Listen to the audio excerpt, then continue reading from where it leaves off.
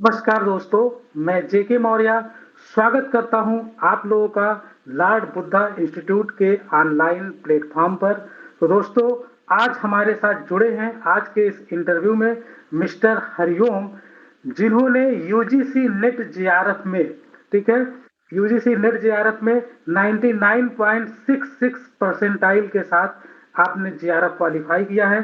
तो सबसे पहले हरिओम जी, आपको ढेर सारी शुभकामनाएं इस अभूतपूर्व सफलता के लिए। Thank you sir. आपको और आपके व्यूअर्स को सभी को मेरी तरफ से बहुत बहुत धन्यवाद। चलिए, बहुत अच्छा। तो चलिए हरिओम जी, हम चाहेंगे कि आप सबसे पहले अपना एजुकेशनल बैकग्राउंड बताएं और आपके ही जुबान से हम जानना चाहेंगे आपकी सफलता के राज के लिए। तो आप अपने एजुकेशनल बैकग्राउंड से शुरू करें, फिर आगे हम लोग को डिस्कशन इसी तरह से जारी रहेगा। सर 12th तक मैंने रेगुलर पढ़ाई की है और 12th तक मेरा पॉलिटिकल साइंस का कोई बैकग्राउंड नहीं है। 11th-12th में मेरे पास पॉलिटिकल साइंस नहीं थी। लेकिन फर्स्ट ईयर में मैंने एडमिशन लिया था। उसके बाद में मेरी जॉब लग गई। फर्स्ट ईयर में एडमिशन लेते ही मेरी जॉब लग गई थी। जी जी। उसके बाद में मैंने सेंट्रल गवर्नमेंट में एज ए क्लर्क यानी क्लर्कल जॉब में मैंने ज्वाइन कर लिया। बहुत उसके अच्छा। बाद मुझे कुछ जी समय लगा, मैं कंटिन्यू अपनी पढ़ाई नहीं कर पाया था। उसके बाद में मैंने डिस्टेंस एजुकेशन से राजस्थान यूनिवर्सिटी से ग्रेजुएशन कंप्लीट किया पॉलिटिकल साइंस में। आफ्टर जी। दैट साल का ब्रेक रहा। उसके बाद अच्छा। मैंने इग्नू से मैंने पीजी कंप्लीट किया है। तो जी मेरा जून 19 में ही पीजी कंप्लीट हुआ इग्नू से। उसमें जी काफ़ी कंटिन्यू नहीं थी स्टडी, बीच-बीच में गवर्नमेंट जॉब में होने की वजह से कंटिन्यू पढ़ाई नहीं थी। लेकिन जी। हाँ, मेरी सेल्फ स्टडी कंटिन्यू थी बट डिग्री के लिए और पढ़ाई उसके लिए मेरी स्टडी कंटिन्यू नहीं थी। तो जून 19 में मैंने पीजी कंप्लीट किया और उसी साल मैंने यूजीसी नेट फर्स्ट टाइम दिया। तो फर्स्ट टाइम में मेरा सिर्फ नेट कंप्लीट हुआ, नेट पास जी। हुआ यानी जेआरएफ नहीं हुआ था। ओके। और इसके बाद इस बार आपका जो है जेआरएफ क्वालिफाइड हुआ है। इस बार जेआरएफ। तो आपका जैसा कि ये कहा जाता है कि अगर जेआरएफ निकालना है तो सब्जेक्ट के साथ साथ पेपर वन में भी अच्छे मार्क्स आने चाहिए। लेकिन जो आपका रिजल्ट सामने दिख रहा है, रिजल्ट जो है हम चाहेंगे कि रिजल्ट दिखाया जाए। तो आपका जो रिजल्ट दिख रहा है, इसमें आपको पेपर वन में 89.69 परसेंटाइल यानी कि 25 क्वेश्चन आपके सही थे। और जो आपका सब्जेक्ट रहा है, सब्जेक्ट में 99.96 परसेंटाइल, मतलब आप अपने सब्जेक्ट के बिल्कुल महारथी रहे हैं। 99.96 परसेंटाइल यानी कि 100 में से 85 क्वेश्चन आपके सही रहे। तो ये जो है आपकी बहुत बड़ी उपलब्धि रही, सब्जेक्ट में इतनी जबरदस्त पकड़ रही। तो इसके बारे में आप बताएं। एक्चुअली सर फर्स्ट पेपर का तो मैंने फोकस नहीं किया था, इसलिए उसमें कम है पेपर और फर्स्ट पेपर के लिए मैंने कोई स्टडी भी नहीं की थी। जो जी कॉमन रीजनिंग या फिर न्यूज़पेपर बेस्ड स्टडी थी, एनवायरमेंटल स्टडीज, उस सबसे ये 25 क्वेश्चन सही थे। फोकस स्टडी नहीं थी फर्स्ट पेपर के लिए। बट जी सब्जेक्ट के लिए मैंने एक्चुअली ना तो देखा था नेट बेस्ड सिलेबस को भी, बट मैंने आरपीएससी जो कॉलेज लेक्चरर का क्वेश्चन असिस्टेंट प्रोफेसर के लिए जो रिक्रूटमेंट था, उसके लिए जी प्रिपरेशन किया था। तो जी मैं चाहूँगा व्यूअर्स से कि आरपीएससी का जो सिलेबस है असिस्टेंट प्रोफेसर का, नया सिलेबस अभी जो हुआ था, अभी रिजल्ट नहीं आया है उसका, रिटन हो चुका है। उसको एक बार ज़रूर देखें। वो इतने अच्छे से डिज़ाइन किया गया है कि अगर उसको आप कर लेते हैं, तो मोर देन 95% आपका नेट का सिलेबस भी कवर हो जाता है और वो आपके जी लिए बहुत हेल्पफुल रहेगा नेट एग्ज़ाम के लिए। तो एक बार उस सिलेबस को देखें, जैसे कि उस सिलेबस में क्या है, हम देखते हैं कि बहुत सी चीज़ें ऐसी हैं, जो डायरेक्ट सिलेबस में नहीं दी होती हैं, लेकिन उनसे क्वेश्चन पहले से भी पूछे जाते रहे हैं और अभी भी पूछे जाते हैं। For okay okay. Example for example famous commentators on Indian politics, जो जी भारतीय सरकार, भारतीय शासन के बारे में जो विदेशी कमेंटेटर्स हैं, वो क्या है, उनमें कुछ इंडियन भी हैं, like Rudolph and Rudolph, Amartya Sen, Sudipta Kaviraj, ऐसे करके 10 से 12 ऑलमोस्ट हैं जिनके बारे में पहले से क्वेश्चन पूछे गए हैं। अभी आरपीएससी के सिलेबस में क्या किया, एक सीपी भामरी भी हैं, जो कि हम्म, कम्युनिस्ट मार्क्सवादी समझे जाते हैं। तो जी उनका एक 6 का एक लिस्ट दे दिया है सिलेबस में कि इन famous commentators on Indian politics. अगर हम उस तरीके से करीब 8 से 10 कमेंटेटर्स को कवर करते हैं, तो वो क्वेश्चन जनरली कठिन समझे जाते हैं और लोग उसको कंप्लीट नहीं कर पाते हैं। तो वो इस तरीके की जो चीज़ें एक्स्ट्रा मार्क्स दिलाने के लिए काफ़ी हेल्पफुल रहती हैं। उसके अलावा सर, जैसे कुछ न्यू टॉपिक्स हैं, जो 19 में सिलेबस रिवाइज़ हुआ है, तो उसमें क्या है कि कुछ टॉपिक्स हैं, फॉर एग्ज़ाम्पल मल्टीकल्चरलिज़्म यानी बहुसंस्कृतिवाद। तो इससे पहले ये टॉपिक इतना चलन में नहीं था, लेकिन अभी हम्म, अ, ये टॉपिक नया समझा जाता है और पीजी लेवल का टॉपिक है और कुछ यूनिवर्सिटीज़ में और कुछ जो पीएससी है, उनके सिलेबस में अभी तक ये टॉपिक नहीं है। तो उसके लिए क्या है कि अभी कुछ जो सेट एग्ज़ाम कंडक्ट कराती हैं, खासकर मैंने देखा है हिमाचल प्रदेश और उत्तराखंड का, उन्होंने इसको कवर किया है, इसको इंक्लूड किया है और वो इस तरीके के जो टॉपिक्स हैं, उन पे क्वेश्चन देते हैं। तो इस तरीके के जी जो टॉपिक हैं, उनको कवर करना चाहिए अगर अच्छे मार्क्स लाने हैं। तो पॉलिटिकल साइंस सिर्फ़ ये नहीं है कि आप पुराने जो ट्रेडिशनल है, उसको ही पढ़ते रहें। अभी जो ट्रेंड है समय के साथ 1970 यानी जो 1970 के बाद पॉलिटिकल साइंस में जो डेवलपमेंट हुए हैं, उनको ज़रूर जी पढ़ना सिर्फ मार्क्सवाद ही नहीं, उसके साथ-साथ नव-मार्क्सवाद को ज़रूर पढ़ें। तो बिल्कुल बिल्कुल सही कहा आपने हरिओम जी कि जो ट्रेंड है ट्रेंड के हिसाब से जो चीजें हैं उन सब चीजों को भी लेकर के हमें पूरे सिलेबस को अच्छे से कवर करना है। जैसा कि आपका आरपीएससी का काफी अच्छा एक्सपीरियंस रहा है और स्पेशली मैं बता दूं कि आप जो है हरिओम जी आप राजस्थान से हैं। आप सेंट्रल गवर्नमेंट में एज ए कलर के पोस्ट पे आप 19 कब से आप वर्क कर रहे हैं? हेलो। आपने जैसा कि बताया कि इंटर के बाद आपकी जॉब लग गई थी और उसके बाद आपकी जो एजुकेशन रहा है वो एजुकेशन आपका जो है डिस्टेंस एजुकेशन से रहा है, रेगुलर नहीं रहा है और पीजी भी आपका जो है डिस्टेंस एजुकेशन से रहा है। और इस सब के बावजूद जो है आपने जीआरएफ क्वालिफाई किया और सब्जेक्ट में इतनी जबरदस्त पकड़ के साथ। आवाज नहीं आ रही है हरिओम जी की।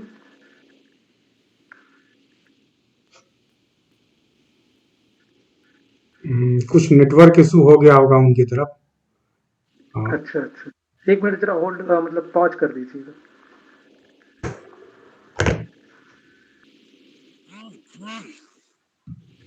यस। तो हरिओम जी थोड़ा सा डिस्कनेक्ट हो गया था। तो चलिए, तो हम लोग बात कर रहे थे कि आपने जो आप ऑलरेडी जो है सेंट्रल गवर्नमेंट में एज ए कलर की पोस्ट पे हैं, जॉब करते हुए आपने डिस्टेंस एजुकेशन से अपनी एजुकेशन को पूरी किया, ग्रेजुएशन किया, पीजी किया और उसके बाद आज आप इतने अच्छे परसेंटाइल के साथ आपने सब्जेक्ट पे अपनी जबरदस्त पकड़ के साथ ये साबित कर दिया है कि सब्जेक्ट पे आपकी बहुत अच्छी पकड़ है। ठीक है, जो आपका एक्सपीरियंस है आरपीएससी का आपने बहुत अच्छा बताया कि जो बच्चे अगर आरपीएससी फर्स्ट ग्रेड की एग्जाम की तैयारी कर रहे हैं लेक्चरर की, तो उनके लिए उस सिलेबस को और असिस्टेंट प्रोफेसर का जो सिलेबस है उसको अच्छे से कवर कर लें।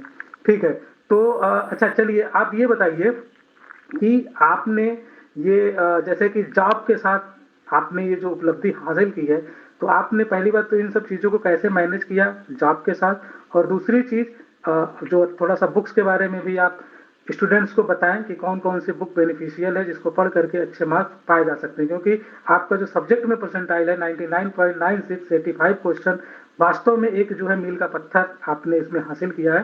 तो आप अपना अनुभव शेयर करें।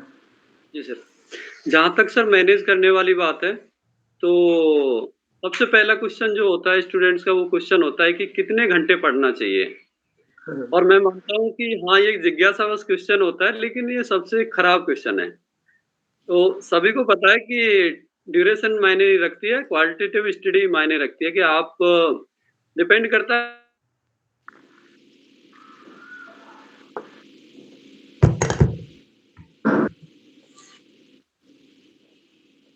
सर, मैनेज करने के लिए सबसे इम्पोर्टेंट है कि क्वालिटेटिव स्टडी करें। सिर्फ़ ये ध्यान ना दें कि कितने घंटे पढ़ा जाए।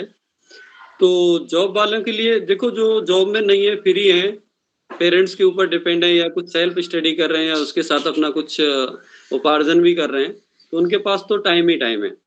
लेकिन अगर आप जॉब में हैं, तो उसके लिए इम्पोर्टेंट है कि आपको जो वीकेंड में जो टाइम मिलता है, सैटरडे या संडे में कभी हॉलीडे मिलता है, गवर्नमेंट हॉलीडेज मिलते हैं, तो उनका पूरी तरह से यूटिलाइजेशन करें। आप सिर्फ ये ना सोचें कि गवर्नमेंट जॉब में आपको 60 डेज या 45 डेज व्हाटएवर जो ऑर्गेनाइजेशन अलाउ करता है आपको छुट्टी के लिए, तो उनको एज ए छुट्टी ना लें कि सिर्फ मैं ये मेरे लिए पिकनिक मनाने के लिए है या फिर मेरे के लिए आराम करने के लिए या नींद पूरी करने के लिए है। तो आप उनको एज ए पिकनिक लोगे, एज ए छुट्टी लोगे, तो आप उसको टारगेट को अचीव नहीं कर सकते। आप जो छुट्टी मिलती है आपको गवर्नमेंट की तरफ से, चाहे कभी कभी बीच में 1 दिन की, 2 दिन की, या वीकेंड, या फिर जो इकट्ठी छुट्टी आप 10 दिन 5 दिन कभी लेते हो, तो उसको एज ए अपॉर्चुनिटी ले और स्टडी पर ध्यान लगाएंगे, तभी गवर्नमेंट जॉब वाले ये सब कुछ मैनेज कर सकते हैं। स्पेशली गवर्नमेंट जॉब वालों के लिए। रही बात की बुक्स का कि कौन कौन सी बुक्स को स्टडी किया मैंने और करना चाहिए, ये पर्सन टू पर्सन डिफर हो सकता है, तो मैं बुक्स के बारे में थोड़ा थोड़ा सा बताता हूँ। मेरे पास बुक्स हैं। सबसे पहले तो आप ये जो बुक देख पा रहे हैं, ये है हल प्रश्न पत्र पॉलिटिकल साइंस के। ये प्रतियोगिता साहित्य की बुक है। इसके लिए यूथ कंपटीशन की बुक्स आती है, वो भी आप पढ़ सकते हैं। इसमें कुछ मिस्टेक्स हैं, हालांकि सभी बुक्स में थोड़ी बहुत मिस्टेक्स तो कुछ क्वेश्चंस में, लेकिन आप इसको या यूथ कंपटीशन की बुक्स को 2-3 बार अच्छे से सॉल्व करें। क्वेश्चन पेपर सॉल्व करते हुए सबसे मेन इंपॉर्टेंट है कि जो क्वेश्चन आपको आते हैं, इजी नेचर के क्वेश्चन है, उनको बार बार पढ़ने से, रिवाइज करने से कोई फायदा नहीं है। जो क्वेश्चन आपको कम समझ में आ रहे हैं, थोड़ा टफ लग रहे हैं, उनको मार्क कर लें और दूसरी और तीसरी बार में और उन्हीं क्वेश्चंस को बार बार रिवाइज करें जो आपको टफ लग रहे हैं। दूसरा चीज सर, ये जो बुक है संजीव कुमार सर की बुक है, डीयू के असिस्टेंट प्रोफेसर हैं डीयू में। इस बुक का नाम है राजनीतिक सिद्धांत की समझ। इस बुक्स में क्या है कि उन्होंने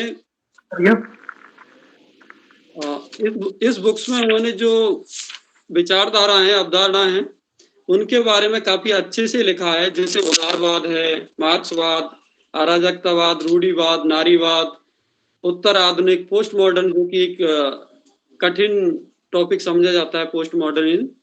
तो इन सब के बारे में इसमें कुल छोटी सी बुक है और 12 चैप्टर हैं। डीयू के जो प्रोफेसर हैं संजीव कुमार सर है, राजनीतिक सिद्धांत की समझ, उसमें लिखा है और काफी अच्छी बुक है। इसको मतलब बहुत ज्यादा टाइम नहीं लगेगा पढ़ने में। टोटल ही इसमें आई थिंक 233 पेजेज हैं बस। काफी अच्छी बुक है हिंदी मीडियम वालों के लिए।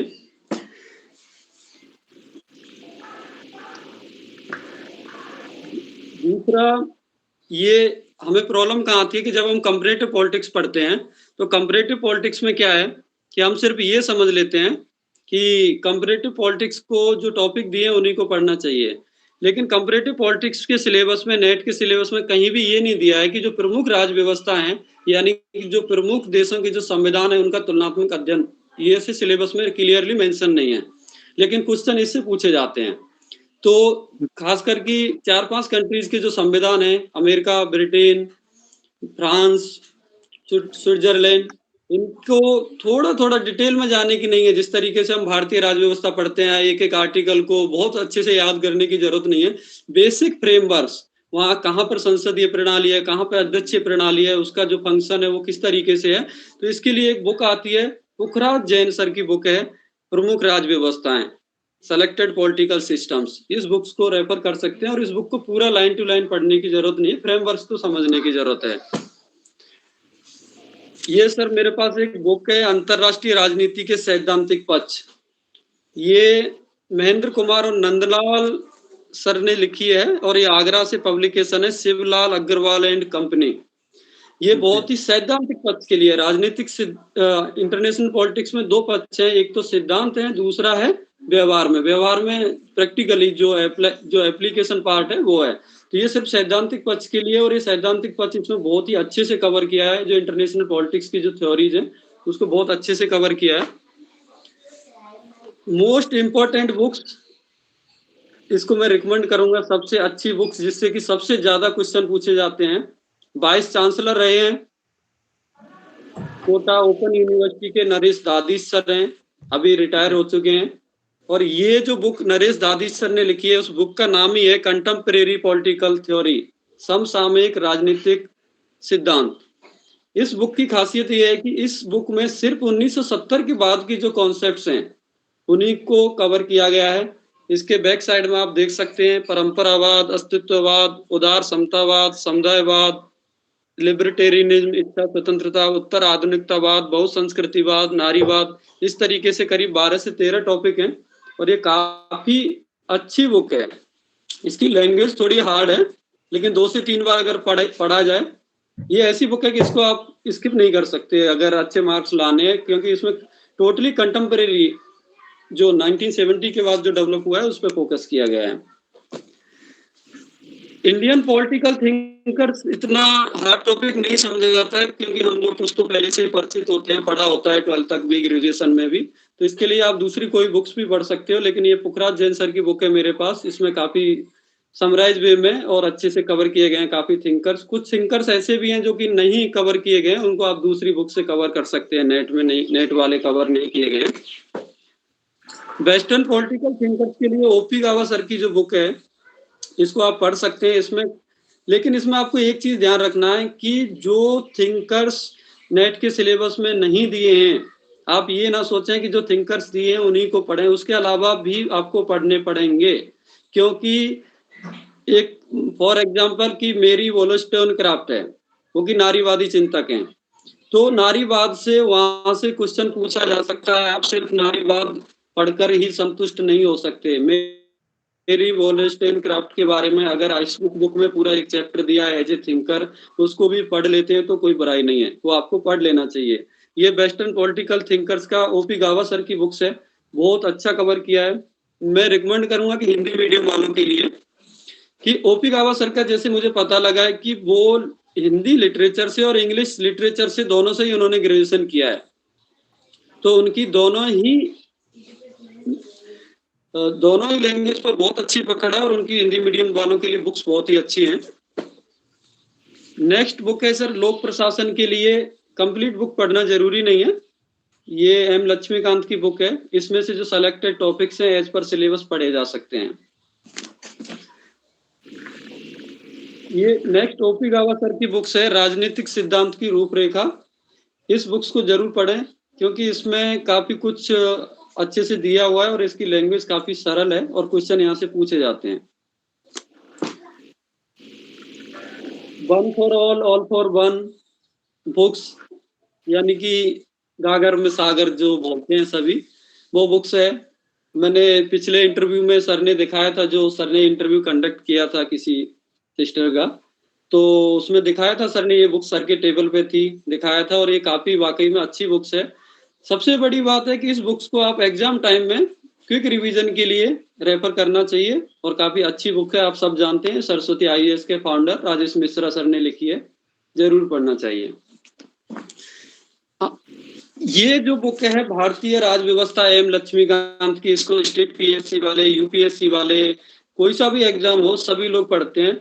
नॉर्मली लोगों में भ्रांति क्या है नेट जेआरएफ वालों में, कि वो भारतीय राज व्यवस्था को और एम लक्ष्मीकांत सर की जो बुक है इसी को नेट के लिए और जेआरएफ के लिए, एग्जाम के लिए समझ लेते हैं, इसी को पॉलिटिकल साइंस समझ लेते हैं।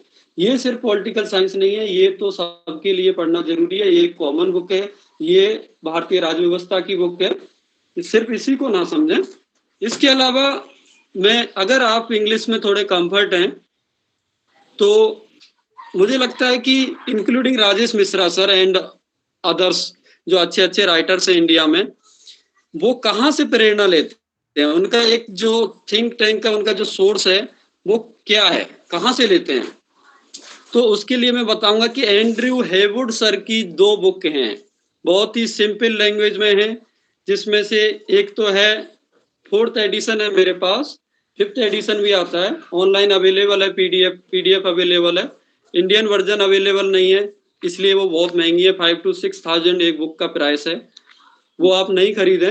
लेकिन इसका PDF version free of cost available है गूगल पर, तो इसको आप निकाल के प्रिंट निकाल सकते हैं। तो ये जो बुक है एंड्रयू हेवुड सर के, जो मेरे पास प्रिंट आउट है, और मैक्सिमम जो कॉपी करते हैं इंडियन राइटर्स हैं, वो यहाँ से कॉपी करते हैं, और काफी अच्छी बुक्स हैं। इनकी 2 बुक आती है एंड्रयू हेवुड सर की, एक तो ग्लोबल पॉलिटिक्स आती है और एक ये पॉलिटिक्स 4th एडिशन है, 5th एडिशन भी अवेलेबल है। ये 2 बुक्स आती हैं, अगर आप इंग्लिश में पढ़ सकते हैं तो उनको जरूर पढ़ें। दूसरा मेरा जो स्ट्रेटजी का पार्ट था उसमें क्या है कि मैंने जो आप डिफरेंट स्टेट्स के जो सेट एग्जाम के क्वेश्चन पेपर हैं ऑफिशियल वेबसाइट से डाउनलोड करें, उनकी आंसर की भी अवेलेबल है, उन आंसर चीज को अपनी नोटबुक में लिख लें और उनसे उनको सॉल्व करें। हाँ, डिफरेंट स्टेट्स मींस कि केरला का आप केरला सेट का डाउनलोड करेंगे या जे.एंड.के सेट का डाउनलोड करेंगे वो इंग्लिश मीडियम में या जो मलयालम लैंग्वेज में केरला वाला मिलेगा, लेकिन आप कोशिश करें कि इंग्लिश मीडियम में क्वेश्चन को पढ़ करके और उसको सॉल्व करने की और उनको आंसर की से सॉल्व करें। जितने आंसर सॉल्व करेंगे वो डेफिनेटली आपके लिए बेनिफिशियल होंगे। और डिफरेंट प्लेटफॉर्म्स पे यूट्यूब चैनल्स पे लाइक सर के चैनल पे बुद्धा इंस्टीट्यूट, उस पे भी वो मैंने देखा है कि काफी अच्छे तरीके से सॉल्व कराते हैं एमसीक्यूज। एंड मैं तो बोल रहा हूँ कि सर को जैसे उत्तर प्रदेश पीसीएस में मेंस में एक ऑप्शनल सब्जेक्ट अभी भी है पॉलिटिकल साइंस या अदर्स जो भी जिसकी चॉइस है, तो उसके लिए वो बड़े क्वेश्चन है 250 जो शब्द के उनको भी करा रहे हैं और काफी अच्छे से कवर करा रहे हैं। मैंने फॉर एग्जांपल गवर्नर के बारे में एक रोल के बारे में क्वेश्चन था, वो देखा सर आपका एक क्वेश्चन और काफी आपने उसको डिटेल में ओल्ड एग्जांपल्स के साथ काफी समझाया, तो उस तरीके से स्टूडेंट्स को बहुत हेल्पफुल रहते हैं। और नॉट ओनली एमसीक्यू एग्जाम के लिए, मल्टीपल चॉइस के लिए और जो डिटेल एग्जाम है उसके लिए भी हेल्पफुल रहते हैं। तो इसके लिए आपका बहुत बहुत धन्यवाद।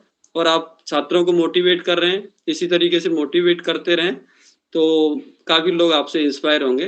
बहुत बहुत थैंक्स आपके लिए। थैंक यू हरिओम जी, आपने बहुत ही डिटेल में, जैसे कि बहुत सारे स्टूडेंट्स की डिमांड होती थी कि सर डिटेल में बुक को बताया जाए, तो मुझे नहीं लगता है कि अब जो हरिओम जी ने पूरी बुक का कवर पेज दिखा करके जितने अच्छे से चीजों को एक्सप्लेन किया है और ज्यादा कुछ एक्सप्लेन करने की जरूरत है। तो सब्जेक्ट के लिए आप लोगों ने इनका राज समझ लिया कि इनकी स्ट्रेटजी क्या रही कि 99.96 परसेंटाइल के साथ इन्होंने अपने सब्जेक्ट पे अचीवमेंट प्राप्त किया है। तो काफी आपने समय दिया और समय निकाला हमारे व्यूअर्स के लिए, ठीक है। और आप हमारे जो जो व्यूअर्स हैं जो आगे असिस्टेंट प्रोफेसर के लिए आगे जाना चाहते हैं, नहीं क्वालिफाई हो पा रहे हैं, उनके लिए आप एक मैसेज जो देना चाहते हैं उन्हें दें। मेरी तरफ से जो भावी नेट एग्जाम के एस्पिरेंट्स हैं, जेआरएफ के एस्पिरेंट्स हैं, उनके लिए मैसेज यही है कि भटकाव से दूर रहें, इधर उधर की बातों में ध्यान ना दें, सिर्फ अच्छी बुक्स को पढ़ें। जो कुछ अच्छे यूट्यूब चैनल हैं मोटिवेशन के लिए, एमसीक्यू क्वेश्चन हैं उनको सॉल्व करने के लिए जरूर हेल्प लें, लेकिन सबसे ज्यादा बिलीव करें वो टेक्स्ट में जो टेक्स्ट बुक्स हैं उन पर सबसे ज्यादा बिलीव करें, पढ़ते रहें और यही आपको एक दिन निश्चित रूप से सफलता दिलाएगा। और मेरा ये प्रयास था इस इंटरव्यू के लिए, ये इंटरव्यू देने के लिए सर से मैंने रिक्वेस्ट किया था, मैंने अपना एक कमेंट किया था तो सर ने कांटेक्ट करने के लिए बोला। तो मेरा स्पेशली ये प्रयास था क्योंकि मैं देना नहीं चाहता था, क्योंकि अभी रिजल्ट आए हुए तो काफी दिन हो गए, लेकिन मेरा प्रयास ये था कि कुछ लोग जो इनिशियल स्टेज में हैं, कुछ पूरी जानकारी नहीं है, उनको मेरे माध्यम से अगर कुछ जानकारी मिलती है तो मैं अपने आप को थैंकफुल समझूंगा। तो यही मेरा प्रयास है और यही आपके लिए मैसेज है। बहुत बहुत धन्यवाद सर आपका इस इंटरव्यू के लिए, मुझे इनवाइट करने के लिए, इस प्लेटफॉर्म पर लाने के लिए बहुत बहुत धन्यवाद आपका, शुक्रिया।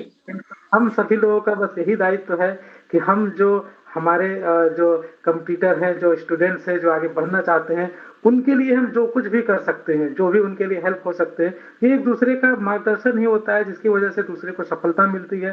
तो जिसने अचीवमेंट किया है, जब वो उनके मुखों से खुद सुनते हैं तब जाके उनको इन सब चीजों पे बिलीव होता है। सबकी स्ट्रेटजी अलग अलग हो सकती है, तरीके अलग अलग हो सकते हैं, लेकिन पहुंचना एक मंजिल पे है। ये आपके ऊपर डिपेंड करता है कि आप किस रास्ते को अपना करके अपनी मंजिल को प्राप्त करना चाहते हैं। तो एक बार फिर से धन्यवाद, बहुत बहुत धन्यवाद आपका हमारे इस चैनल पे आने के लिए। Thank you. Thank you sir.